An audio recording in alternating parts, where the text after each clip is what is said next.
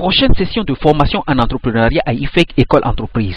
Vous êtes fonctionnaire de l'État ou salarié du privé voulant vous prendre en charge, joindre les deux bouts ou préparer la retraite, ou vous êtes jeune, retraité, chômeur, sans emploi, étudiant ou particulier, etc.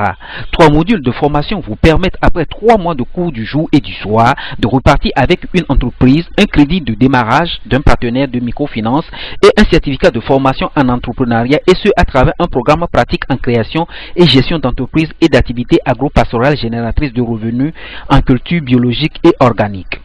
IFEG, c'est la formation à l'emploi et à l'auto-emploi. Début des cours, mardi 5 avril 2011. Avec IFEG École Entreprise, devenez votre propre patron ou augmentez vos revenus grâce à la connaissance des principes du royaume et de la base de la prospérité dans le monde. Pour tout renseignement et inscription, priez vous adresser à IFEG École Entreprise, 38 avenue Solidarité Tocoin Habitat. Téléphone 221 64 48, 984 81 62, 902 61 85. Site web www.ifeg.com.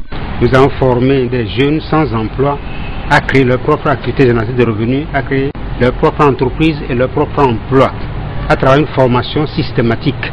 Nous continuons ce programme de formation en y incluant d'autres aspects, à savoir d'abord la promotion de l'entrepreneuriat, la protection de l'environnement et l'usage du gaz domestique pour réduire les effets de serre et surtout pour réduire l'abattage du bois de chauffe à travers l'utilisation du gaz domestique.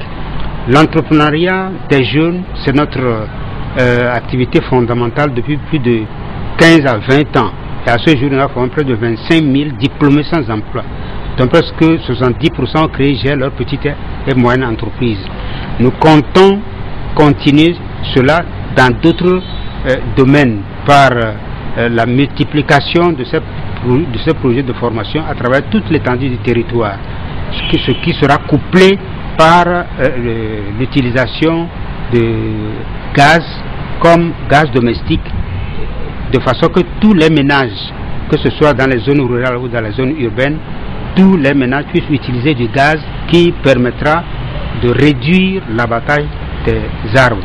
Et nous comptons avec quelques années plus tard transformer tout ce pays en une république d'entrepreneurs, une république d'hommes d'affaires, ce qui va permettre aussi la réduction et du chômage et l'instauration de la paix civique, la paix économique, de façon que le Togo devienne un pays où il fait bon vivre.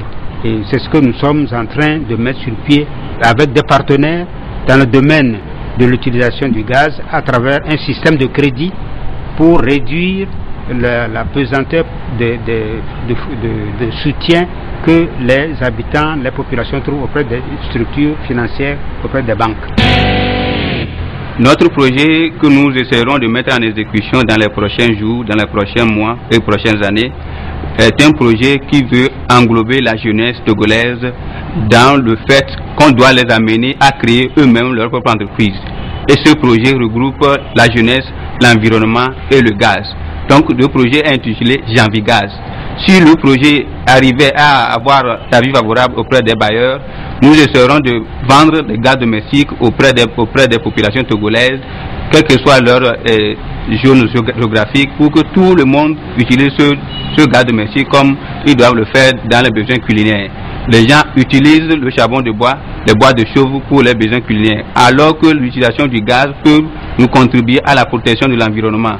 Donc ce produit permettra la vente à crédit aux populations, et ces populations pourront régler les frais d'achat de ces bouteilles de gaz dans le temps, soit par des microfinances auxquelles ils peuvent souscrire, soit auprès des banques où ils auront leur compte éventuellement. Et après ceci, nous aurons à former des gens, des enquêteurs environnementaux qui peuvent sillonner à travers les villes de Lomé et de l'intérieur pour que ces gens-là sachent qu'une culture citoyenne en matière de protection de l'environnement est nécessaire. Nous devons être conscients que l'utilisation du gaz domestique peut nous contribuer à une solution durable de la protection de l'environnement. L'ONU l'a même signifié qu'il y a plus de 30% de disparition animales que nous devons protéger, également forestières, nous devons protéger cette disparition forestière.